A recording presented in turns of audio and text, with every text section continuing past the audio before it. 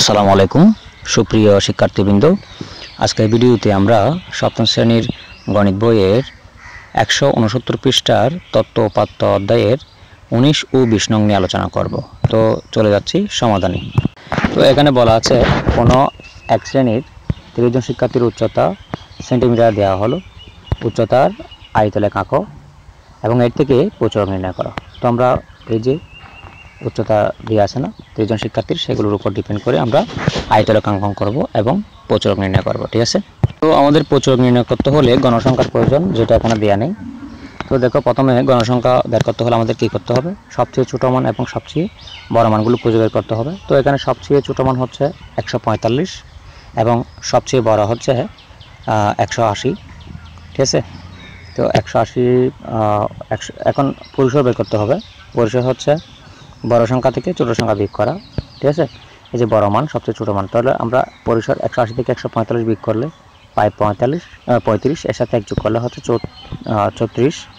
তো শ্রেণী ব্যবধান আমরা 5ই ধরলাম, 5 ধরে শ্রেণীর সংখ্যা। তো 5 দিয়ে যদি 36কে ভাগ করি পরিসর আসে 7.2। তো আমরা ডাইরেক্ট সরাসরি 8টাই নিয়ে নিব, যেহেতু 7.2 কোনো শ্রেণী হয় না, যেন 8টাই নিলাম শ্রেণী। তো 8টা শ্রেণী এখানে গঠন করছি আমি। দেখো, এই যে শ্রেণীগুলো গঠন করছি। 45 থেকে শুরু করলাম, 5 ব্যবধান হচ্ছে 49-এ শেষ হবে। আবার 49-এর পর 50 থেকে শুরু করলে 5 ব্যবধান 54-তে শেষ হয়। 54-এর পর 55 থেকে শুরু করলে 5 ব্যবধানে 59-এ শেষ হয়। আবার 59-এর পর 60 থেকে শুরু করব, 5 ব্যবধানে 64-তে শেষ হয়। এরকম করে আমরা ব্যবধানগুলো লিখলাম। এখন আমরা টেলিগুলো লিখব। টেলিগুলো কীভাবে লিখবা? দেখো, এখানে টেলি লেখার একটা সহজ উপায় আছে। এটা হচ্ছে যে 45, 150, 150। তো 45 হবে এখানে, 150 হচ্ছে এইখানে, তারপর হচ্ছে কত? এই যে 155, 158, 155 কোথায় হবে? এখানে হবে। 158 হবে এখানে। ঠিক আছে, এরকম করে দিবা। তারপর হচ্ছে কত? 152, 153, সরি 152, 150, 153। তাহলে 152 হবে কোথায়? এখানে। 150 হবে এখানে, 153 হবে তাও এখানে। ঠিক আছে, এরকম করে। তো এইভাবে করে তোমরা টেলিগুলো করবা এবং সর্বশেষ টেলিগুলো গণে তোমরা গণসংখ্যা লিখবে। যেমন এখানে টেলি আছে কয়টা? টেলি চিহ্ন একটা, সেজন্য এখানে 1 লিখলাম। এখানে 8টা আছে, সেজন্য এখানে 8 লিখলাম। এখানে 6টা আছে, সেজন্য এখানে 6 লিখলাম। সেভাবে করে গণসংখ্যাগুলো তোমরা করে নেবে। এখন আমরা x অক্ষ বরাবর এই যে সীমাগুলো লিখব এবং y অক্ষ বরাবর গণসংখ্যাগুলো ধরে আমরা আয়তলেখ অঙ্কন করব। ঠিক আছে, তো আয়তলেখ অঙ্কন করতে হলে আমাদেরকে একটা সারণী, প্রথমে এই যে গণসংখ্যাগুলো বের করতে হয়। তো গণসংখ্যা বের করে নিলাম। এখন আমরা আয়তলেখটা অঙ্কন করব।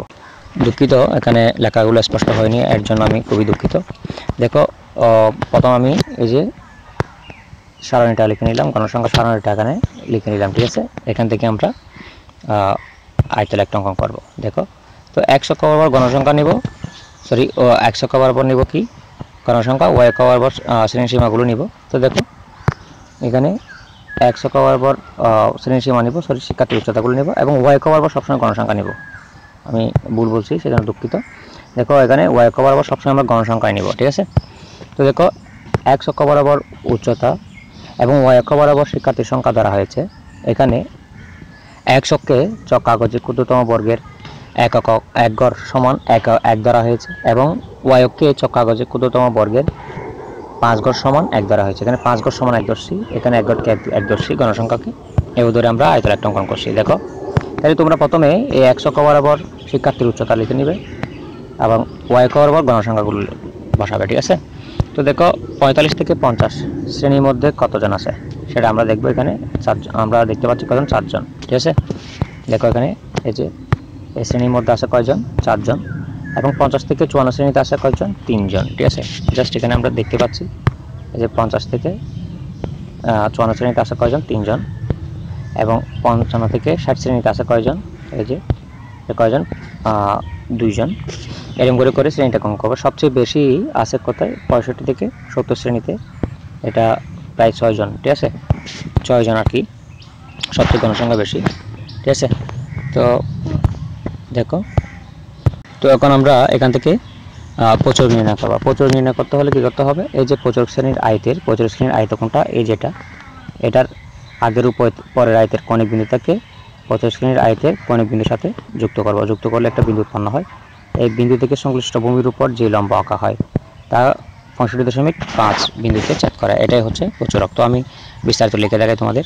দেখো, প্রচুরক এখানে আমরা দেখতে পাচ্ছি আয়তলেখ থেকে দেখা যায় এত শ্রেণীতে শিক্ষার্থীর সংখ্যা 9 জন, সুতরাং প্রচুরক এই শ্রেণীতে বিদ্যমান। প্রচুরক নির্ধারণ করার জন্য এই আয়তের শীর্ষবিন্দু থেকে তির্যক রেখা টেনে পাশের আয়তের শীর্ষবিন্দুর সাথে যোগ করব।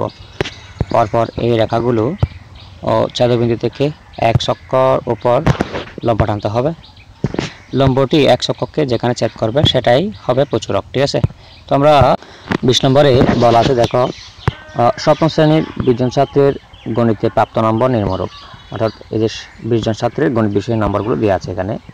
প্রথম প্রশ্ন হচ্ছে উপাত্ত কত প্রকার ও কী কী।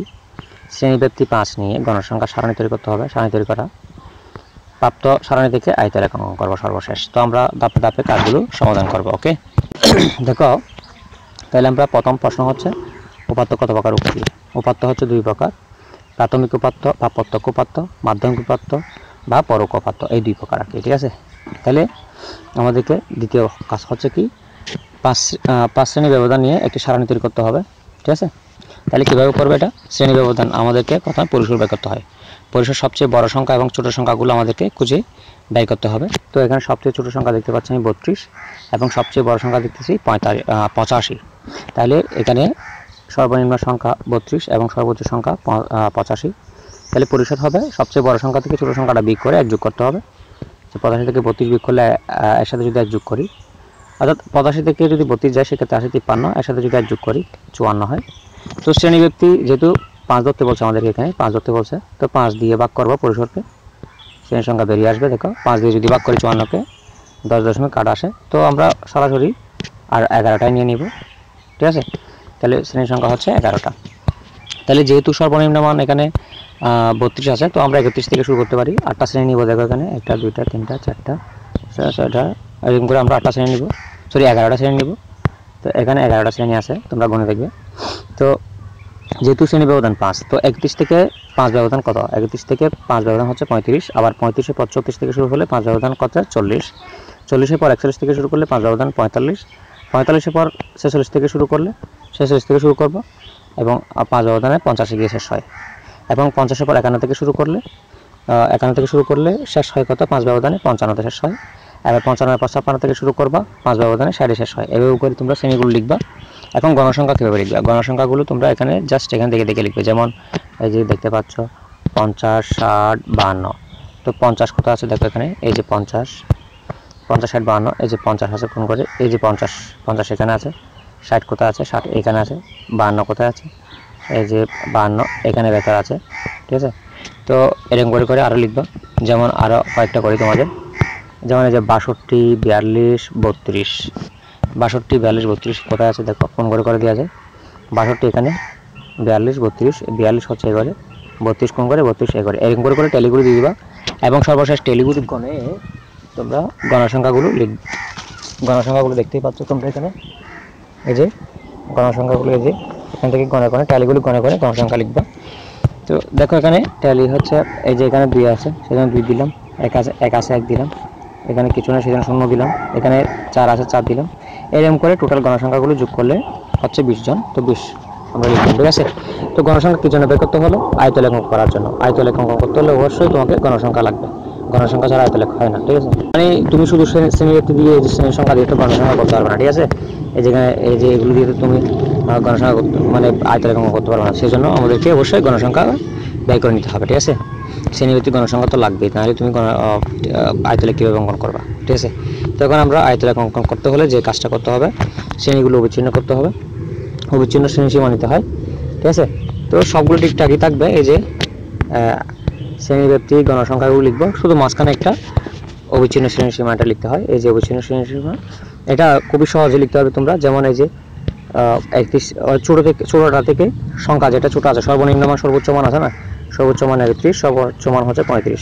তো সর্বনিম্ন মান থেকে 0.5 কমাই ফেলতে হয় এবং সর্বোচ্চ মান থেকে 0.5 বাড়াতে হয়। দেখতেই পাচ্ছ, এটা 30.5 হলে এটা 35.5, আর এটা থেকে 0.5 কমালে হয় কত? 35.5, আর 40 থেকে 0.5 বাড়ালে 40.5, আর 41 থেকে 0.5 কমাইলে 40.5, 45 থেকে 0.5 বাড়ালে 45.5। অর্থাৎ মোট কথা হচ্ছে সর্বনিম্ন মান থেকে 0.5 কমাতে হবে এবং সর্বোচ্চ মান থেকে 0.5 বাড়াতে হবে। এভাবে করে তোমরা সর্বনিম্ন এই যে অবিচ্ছিন্ন শ্রেণী সীমাগুলো নির্ণয় করতে পারবে। ঠিক আছে, তো এখন আমরা আয়তরেখা অঙ্কন করব। আয়তরেখা অঙ্কন করতে হলে আমাদেরকে এই যে এগুলো ফলো করতে হবে। দেখো আমি আয়তরেখার সারণী চলে যাচ্ছি। তো দেখো আয়তরেখা অঙ্কনের জন্য সারণী, তো আমরা প্রথমে গণসংখ্যা সারণীটা এই যে বাক্সের মধ্যে করছি। এরপর আয়তরেখা অঙ্কনের জন্য আমাদেরকে এই যে অবিচ্ছিন্ন শ্রেণী সীমাগুলো এইভাবে করে বের করে নিবা। বের করে নেওয়ার পর দেখো নিচে আমি আয়তরেখাটা করছি। তো দুঃখিত স্পষ্ট না হওয়ার জন্য এটা দেখো ছক কাগজে এক ছক বরাবর অবিচ্ছিন্ন শ্রেণী সীমা, ওয়াই অক্ষ বরাবর গণসংখ্যা নিয়ে আয়তরেখা আঁকা হবে। দেখো এক ছক বরাবর অবিচ্ছিন্ন শ্রেণী সীমা এবং ওয়াই অক্ষ বরাবর গণসংখ্যা নিয়ে আমাদেরকে আয়তরেখা অঙ্কন করতে হবে। এখানে এক ছক বরাবর ক্ষুদ্রতম বর্গের 1 গড় সমান 1 একক এবং ওয়াই অক্ষ বরাবর ক্ষুদ্রতম বর্গের 5 গড় সমান হচ্ছে 1 একক। অর্থাৎ এদিকে 5 গড় সমান আমরা 1 একক নেব ওয়াই অক্ষ বরাবর। শূন্য বিন্দু এক ছক থেকে মূল এক ছককে অর্থাৎ এই যে মূল বিন্দু থেকে 35.5 সংখ্যাগুলো আছে বোঝাতে বাংলা চিহ্ন ব্যবহার করবো। ঠিক আছে, অর্থাৎ এই যে এখন আমরা এই যে এখানে 64 থেকে আর এখানে আছে গণসংখ্যা কত দেখতে পাচ্ছ। এই যে 31 থেকে 35 ব্যবধানে গণসংখ্যা আছে 2 এবং 34 থেকে 40 ব্যবধানে গণসংখ্যা আছে 1 এবং 41 থেকে 45 ব্যবধানে গণসংখ্যা আছে 2 এবং 46 থেকে 50 ব্যবধানে গণসংখ্যা আছে 6। 46 থেকে 50 সবচেয়ে বড় এটা গণসংখ্যা। এই যে এখানে 46 থেকে 50 গণসংখ্যা হচ্ছে কত দেখতে পাচ্ছ তোমরা। এই যে 46 থেকে 50 এখানে গণসংখ্যা হচ্ছে 6 দেখতে পাচ্ছ। এভাবে করে করে তোমরা গণসংখ্যা নিয়ে অর্থাৎ কোন শ্রেণীতে কতটুকু গণসংখ্যা করছে তো সেটা তোমরা উপরে সামনে দেখে দেখে করে ফেলবা। ঠিক আছে, তো ভিউয়ার্স আমার এই ভিডিও যদি তোমাদের কাজে আসে তাহলে চ্যানেলটাকে সাবস্ক্রাইব করে পাশে থাকা বেল বাটনটি অন করে দিবা, যাতে আমি ভিডিও আপলোড করা মাত্রই তোমাদের কাছে নোটিফিকেশন চলে যায়। এবং বন্ধুদের মাঝে বেশি বেশি করে শেয়ার করবা যাতে ওরা উপকৃত হয় আর কি। তো এতক্ষণ ভিডিওটি দেখার জন্য তোমাদের অনেক ধন্যবাদ। ভালো থাকবা সবাই।